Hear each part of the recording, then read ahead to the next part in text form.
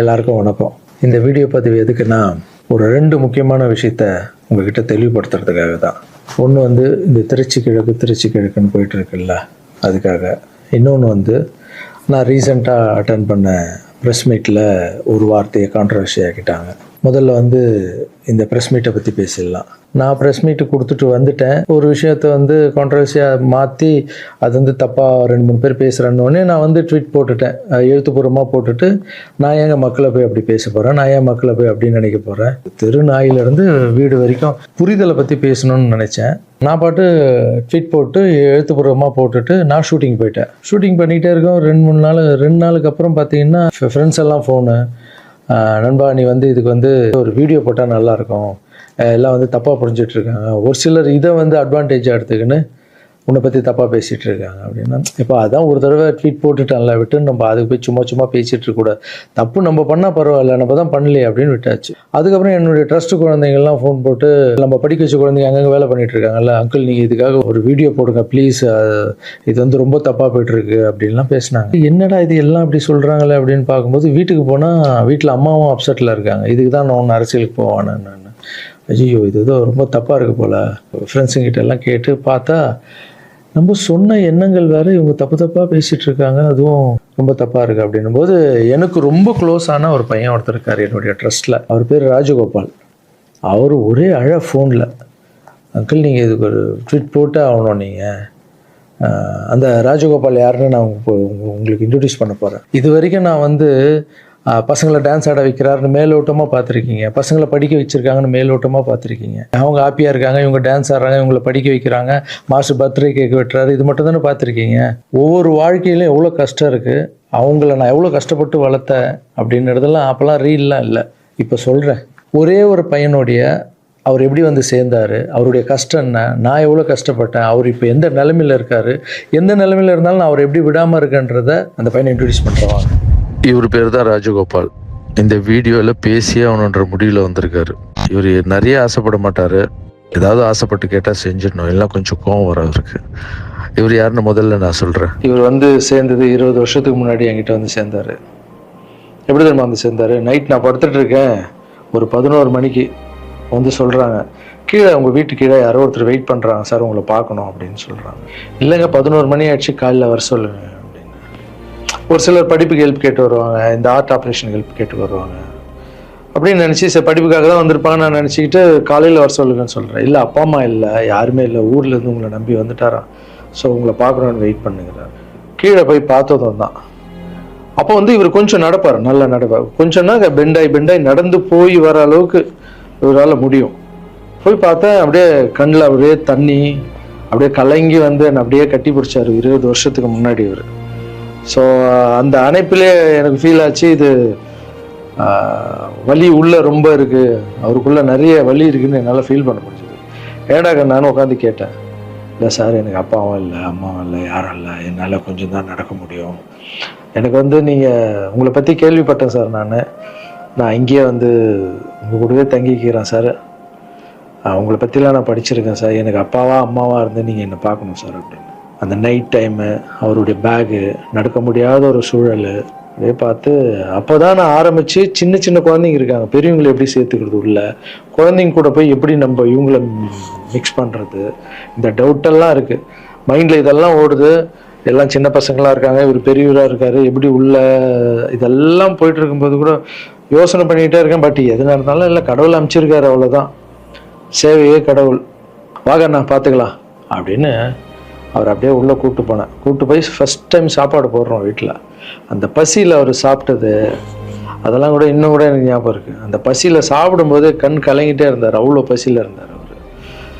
So இவருக்கு கீழே ஒரு ரூம் கொடுத்து, ஆஃபீஸ்க்கு போகிறதுக்கு முன்னாடி கீழே ஒரு ரூம் கொடுத்து, இவருக்குன்னு ஒரு செப்பரேட் ரூம் கொடுத்து, குழந்தைங்கள்லாம் உள்ளே இருப்பாங்க, இவர் மட்டும் ஆஃபீஸ்க்குள்ளே போகிறதுக்கு முன்னாடி ஒரு ரூம் கொடுத்து இங்கே தங்குங்கன்னொடனே அவர் அழுது எல்லாம் பயங்கர ஹாப்பியாக ஸ்டே ஆகிட்டார். அப்புறம் பார்த்தீங்கன்னா அப்படியே காலம்போது என் கூடவே இருக்காரு, ஹாப்பி, எல்லாமே மறுபடியும் இம்ப்ரூவ் ஆயிடுச்சு. ஒரு 3-4 வருஷத்துக்கு அப்புறம் ட்ரஸ்ட்டுக்கு நிறைய பேர் போகிறது இதெல்லாம் இருந்தது. அப்புறம் ஆஃபீஸில் உட்காரணுன்னா இவர் ரூம் பக்கத்துலேயே இருந்ததால் நான் என்ன சொன்னேன்னா, கண்ணா நம்ம ரூம் நம்ம மேலே மாற்றிக்கலாம், ஏன்னா ஆஃபீஸ் இருக்குது, உங்களுக்கும் தூங்கணும், டிஸ்டர்ப் ஆகும், நிறைய க்ரௌடு வந்துட்டு போகிறாங்க அப்படின்னு கேஷுவலாக, நம்ம பிள்ளை தானே, நீ மேலே எடுத்துக்கிடா கண்ணா அப்படின்னு சொல்லிட்டு போயிட்டேன். திடீர்னு நைட்டு ஃபோன் வருது, ராஜகோபால் கழுத்தை அறுத்துக்கிட்டாரு, அவருக்கு ரத்தம் ஊற்றுதுன்னு. என்னன்னு புரியல. நானும் ஒய்ஃபு எல்லாம் பதறிச்சுட்டு ஓடணும். போய் பார்த்தா ஒரு பிளேடில் எடுத்து கழுத்தை அறுத்துட்டு இருக்காரு. என்னன்னு ஒர்க்கர்ஸ் கிட்ட கேட்டால் அவங்க சொல்கிறாங்க, இல்லை நீங்கள் கீழே ரூம்லேருந்து மேலே மாற்றிட்டீங்களா அப்படின்னு. பார்க்கறதுக்கு தான் இவர் விளையாட்டு பிள்ளை மாதிரி இருப்பார், அமைதியாக இருப்பார், பயங்கர வால் இது. உடனே நைட்டு ஹாஸ்பிட்டலுக்கு அந்த சூழலை கொஞ்சம் நினச்சி பார்க்கல. இதெல்லாம் இல்லாமல் நான் நார்மலாக நிம்மதியாக படம் பண்ணணுமா, வந்தோமா, எக்ஸசைஸ் பண்ணணுமா, தூங்கணுமா அப்படின்னு நான் இருந்திருக்கலாம்ல. மக்களுக்கு ஏதோ ஒன்று பண்ணணும் தானே. இந்த ஒரு பையனுக்கே எப்படி நைட்டெல்லாம் போய் ஹாஸ்பிட்டலில் உட்காந்து அவருக்கு என்ன ஆகுமோ ஏது ஆகும்னு பயந்து, அதுக்கப்புறம் கூப்பிட்டு வந்து எதுவும் ஆகலன்னு கண்ணா இப்படி பண்ணாதுன்னு அதுக்கப்புறம் தான் அவரே புரிஞ்சுக்கிட்டார். ஒரு மாதம் மேலே இருந்தவொடனே, ஆமாம் மாஸ்டர் கீழேன்னா எல்லாம் வந்துட்டு போவாங்க, எனக்கு தூக்கமே இருக்க, மேலே நிம்மதியாக இருக்கு மாஸ்டர், ஹாப்பியாக இருக்குன்னு. இந்த மாதிரி பசங்களுக்கு டக்குன்னு கோவம் வந்துடும். அதை புரிஞ்சுக்கணும். இந்த ஒரு பையனுக்கே இந்த ஸ்டோரி இருக்குது. அதுக்கப்புறம் இவர் என்ன பண்ணார், நல்லா நடந்திருந்த பையன் வெளியே போவாதுன்னு சொன்னால் என்ன கேட்காம ஏதோ வெளியே போயிருக்கார். ஏதோ ஒரு இடத்துல போய் விழுந்து பேக் போனும் அடிபட்டுருச்சு. அவ்வளோதான், ஆப்ரேஷன் பண்ணாதான் இவரால் உட்காரவே முடியும்னு சொல்லிட்டாங்க. சரி, ஒரு ஹாஸ்பிட்டல் நான் டிசைட் பண்ணி ஆப்ரேஷன் போனாலும் நான் இந்த ஹாஸ்பிட்டல்லாம் ஆப்ரேஷன் பண்ணிக்க மாட்டேன், நான் காவேரி ஹாஸ்பிட்டலில் தான் ஆப்ரேஷன் பண்ணிக்கன்னு சொன்னார் அவர். ஏன்டா அது காவேரி ஹாஸ்பிட்டல்? அந்த டைமில் வந்து கலைஞர் ஐயா இருக்கார்ல, அவர் வந்து அந்த ஹாஸ்பிட்டலில் உடம்பு சரியில்லாமல் இருந்தார். இவர் அந்த நியூஸ்லாம் பார்த்துட்டு காவேரி ஹாஸ்பிட்டல் தான், சிஎம்லாம் இருக்காங்கல்ல, அதான் பெரிய ஹாஸ்பிட்டல், அங்கே தான் எனக்கு வேணும் அப்படின்னு. என்ன பண்ணுறது, தம்பி போல புள்ள மாதிரி வந்துட்டாரு. அதே காவேரி ஹாஸ்பிட்டல் கூட்டு போய் அங்க ஒரு டாக்டர், டாக்டர் பேர் என்ன கண்ணா? ஷாம் சுந்தர் டாக்டர். இப்ப கூட போய் பார்த்துட்டு வந்தீங்கல்ல? இப்ப கழுத்துக்கு அவர் ப்ராப்ளம், இப்ப போய் பார்த்துட்டு வந்திருக்காரு. உங்களுக்கு ஆபரேஷன் எத்தனை நாள் ஆச்சு, எத்தனை வருஷம் ஆச்சு? 5 வருஷம் ஆச்சு. 5 வருஷத்துக்கு முன்னாடி அந்த காவேரி ஹாஸ்பிட்டலே போய் இவருக்கு ஆபரேஷன் பண்ணி, இதெல்லாம் பப்ளிசிட்டி பண்ணணும்னு சொல்லியிருந்தா கீழே விழுந்தது போட்டிருக்கணும், ஆப்ரேஷன் டாக்டர் எப்படி பண்றாருன்னு போட்டிருக்கணும். ஆப்ரேஷனுக்கு அப்புறம் என்ன தெரியுமா நடந்தது? அதுதான், ஆப்ரேஷனுக்கு அப்புறம் இவரால் நடக்க முடியாது, ஒரு ஆளை போட்டு தான் பார்த்துக்கணும்னாங்க. அப்புறம் இவருக்கு ஒரு அம்மா வேலைக்கு ஆளை போட்டோம் இவரை பார்த்துக்கிறதுக்கு வீட்டில். இதெல்லாம் என் சொந்த வீட்டில் வளர்க்குறேங்க, நான் ஃபஸ்ட்டு வாங்கின வீட்டில் வளர்க்குறேன். ஆமாம், இதெல்லாம் என்ன சர்வீஸ்? மக்களுக்காக பண்ணுறது. மக்கள் பணத்தால் தான் நான் நல்லா இருக்கேன். மக்களை போய் நான் தப்பாக பேசணும்னு சொன்னோன்னே வலிச்சிருச்சு. எங்கள் அம்மாவே வீட்டுக்கு போகிற அழுதுட்டாங்க, இதுக்கு தான் நீ அரசியலுக்கு போவானான்னு சொன்னேன். ஒரு பையனுக்கு எப்படின்னா, எத்தனை ஃபிசிக்கல் சேலஞ்சு நீங்கள் பார்த்துருப்பீங்க, என்னெல்லாம் நடந்திருக்கும் என் லைஃப்பில். அதை விட 60 குழந்தைங்களுக்கு என்னென்ன ப்ராப்ளம். ஒரு குழந்தைக்கு கொரோனா வந்து எல்லா குழந்தைக்கும் கொரோனா வந்து. இப்போ தான் வந்து ட்ரஸ்ட்டில் எல்லா பசங்களும் பெருசாகிட்டாங்க, ஒரே ட்ரஸ்ட்டில் இருக்கக்கூடாதுன்னு பசங்க அங்கங்கே படிக்க வச்சு அவங்க பாட்டி வீட்லேயே அங்கங்கே இருக்காங்க. இப்போது ஒரு வாரத்துக்கு முன்னாடி தான் ஃபாதர்ஸ் டே வந்தது. நான் வளர்த்த குழந்தைங்க எல்லாரும் எனக்கு வந்து செலிப்ரேட் பண்ணுறாங்க.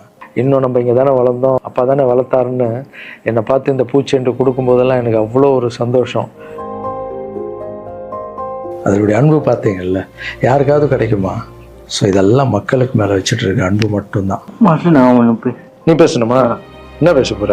அதான் நான் அங்கிள் சொல்லிட்டேன் உன்னை பற்றி எல்லாமே. இல்லை, நான் கொஞ்சம் உண்மையாக சொன்னேன். சரி சொல்லு. இது வந்து யார் நம்ப மாட்டாங்க. இப்போ நான் வந்து பாதிக்கப்படுவேன். சரி சொல்லு. நீங்க எப்படி பார்த்துட்டீங்கன்னா அந்த கடவுளுக்கும் எங்கள் அம்மாவுக்கு தான் தெரியும். இது நான் வந்து மக்கள் மாதிரி உங்களுக்கு நான் உண்மையாக சொல்லுவேன்.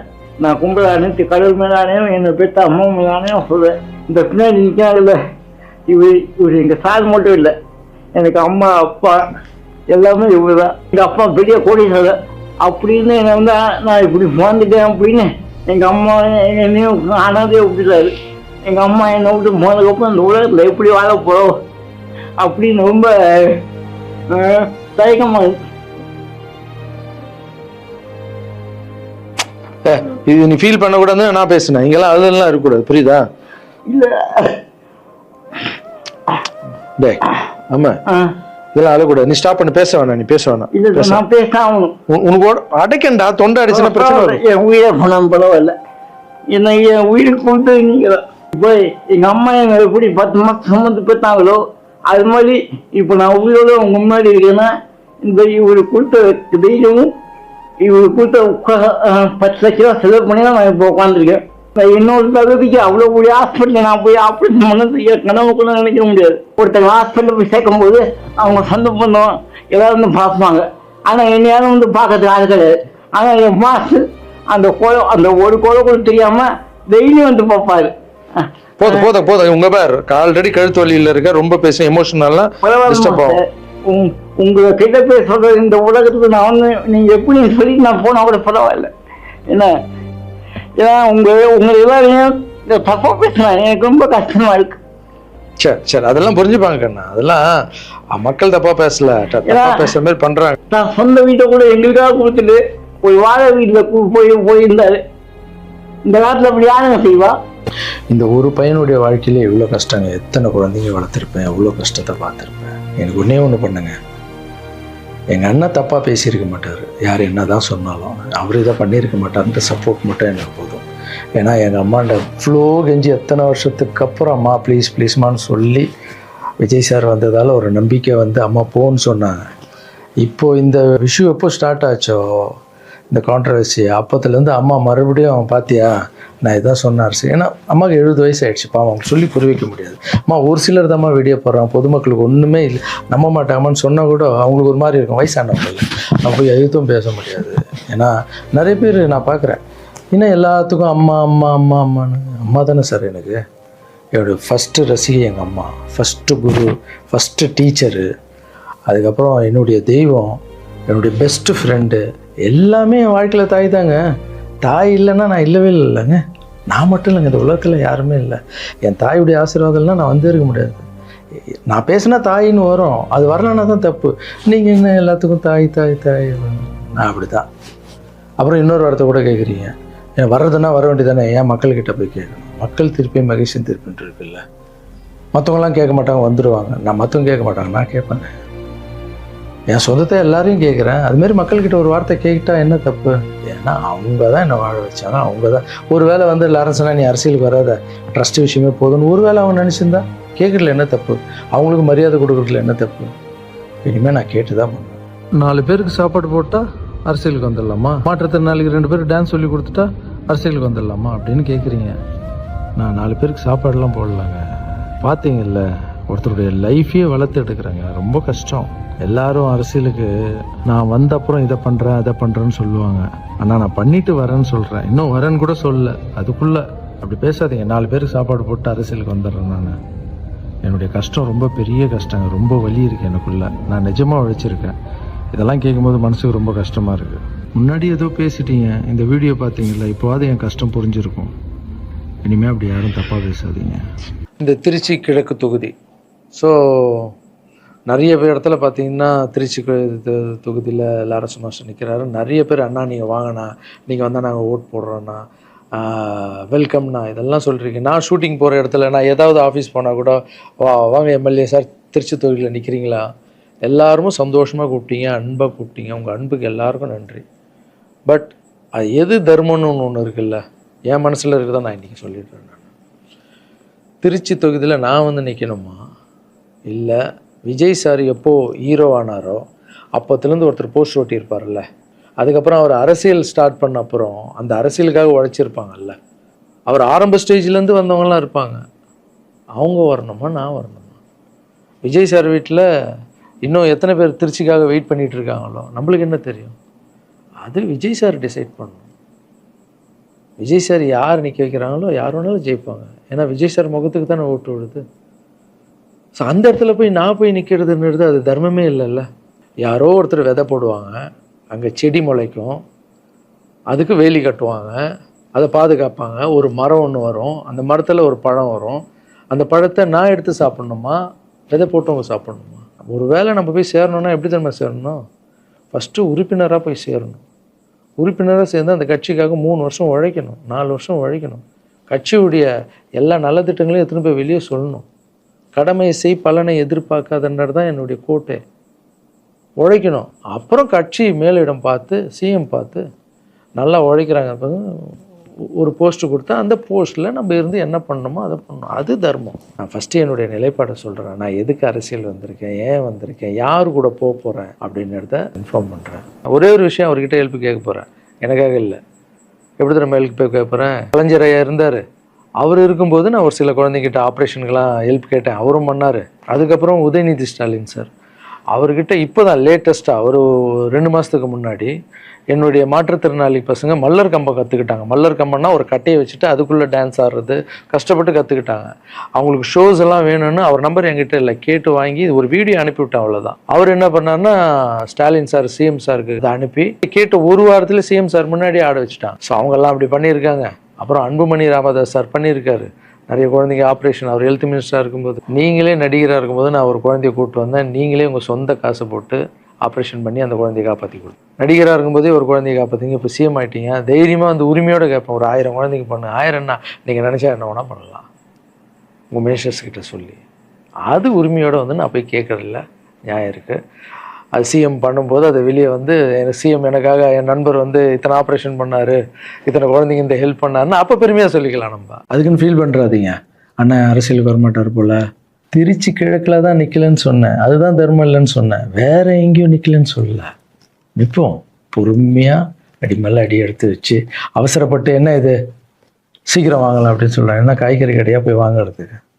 இவ்வளோ நாள் நம்ம உழைச்சி காப்பாற்றி வச்ச பேரெல்லாம் ஒருத்தருக்கு போய் சரண்டர் பண்ணிவிட்டு அவங்களுக்காக உழைக்க போகிறோம்னா அங்கே நம்மளுக்கு சீட்டு வேணாம், எதுவும் வேணாம், மரியாதை. எங்கே நம்மளுக்கு மரியாதை நல்லா கிடைக்குதோ, யார் கூட போய் சேர்ந்தால் மக்களுக்கு நல்லது நடக்குமோ எல்லாம் திங்க் பண்ணி அழகாக பண்ணுவோம். ஏதோ ஈஸியாக கிடைக்குதுன்னு எம்எல்ஏ சீட்டில் வந்து உட்காந்துக்கிட்டு, இல்லை மினிஸ்டர் சீட்டில் உட்காந்துன்னு பதவி அனுபவிக்கிறதுக்காக வருவேன்னா, என் சுயநலத்துக்காக வரேன்னா, இல்லை மக்கள் பின்னாடி வந்து நிற்கிறேன்னா, மக்கள் பிரச்சனைக்காக நான் வரேன். மக்கள் பிரச்சனைக்கு வர்றது தானே இங்கே கரெக்டான ஒரு விஷயம். இப்போ ஏதோ ஆசைக்கு ஏதோ கூப்பிட்றாங்க, இப்போ நம்ம போயிட்டு பதவி அனுபவிக்கலான்றது தப்பு இல்லைங்க. அதுதான் என்கிட்ட ஆல்ரெடி இருக்கேன், நான் சந்தோஷமாக தானே இருக்கேன், என்கிட்ட எல்லாமே இருக்கேன். மக்கள் பிரச்சனைக்காக நம்ம வந்து எங்கே போகணும், யார் கூட போகணும், எப்படியாப்பட்ட அரசியலை கையில் எடுத்தால் மக்களுக்கு நல்லது நடக்கும்ன்றத நல்லா திங்க் பண்ணி பொறுமையாக நானே உங்களுக்கு இன்ஃபார்ம் பண்ணுறேன். 2 படம் போயிட்டு எவ்வளோ சீக்கிரம் சொல்ல முடியுமோ நான் உங்களுக்கு சொல்கிறேன். தேங்க்யூ. சர்வீஸ் இஸ் காட் மாற்றம், சேவையே கடும். பாய்.